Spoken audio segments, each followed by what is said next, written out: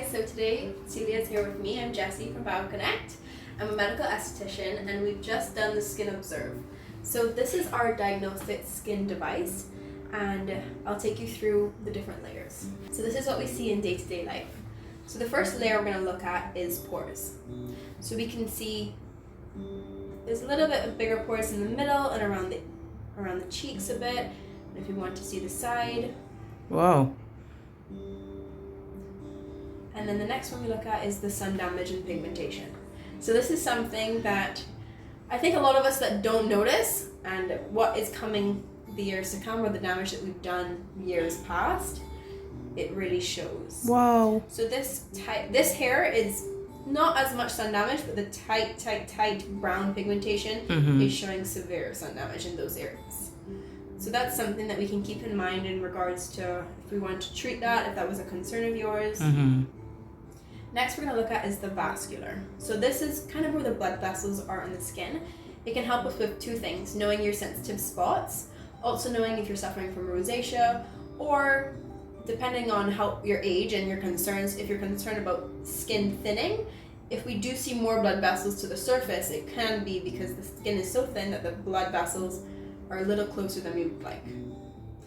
You don't seem to have too much vascular around the eyes, a little sensitive it seems, but other than that, quite an even distribution, which is great. Okay. But we can definitely see under and around the eyes. Now we're going to look under a UV lamp.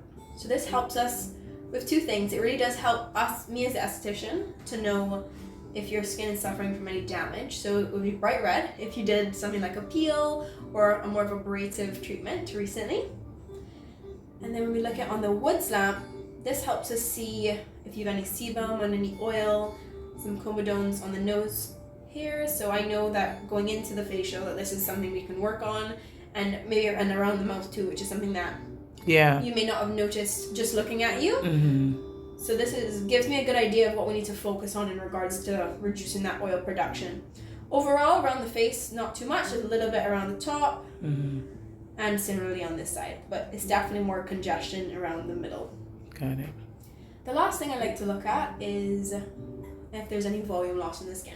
So Celia doesn't have any concerns with volume loss, but say we want to work on underneath the eyes, we want to check and see, if you needed under eye filler or anything, which you definitely don't need because there's no major deficit.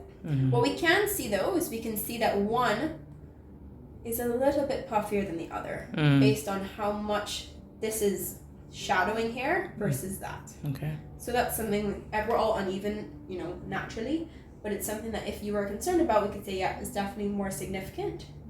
And we can also use it to look at our lines around the mouth, our smile lines, and know what that deficit looks like. In your case, it's really good. It's just a little bit of shadowing, which is perfectly normal. Okay. Yeah, and so then this helps us. And I love to take photos before we start our treatment, and then we take afterwards or after our long journey, and then we can use the before and afters to compare, and we can see exactly how much has changed or what we still need to work on.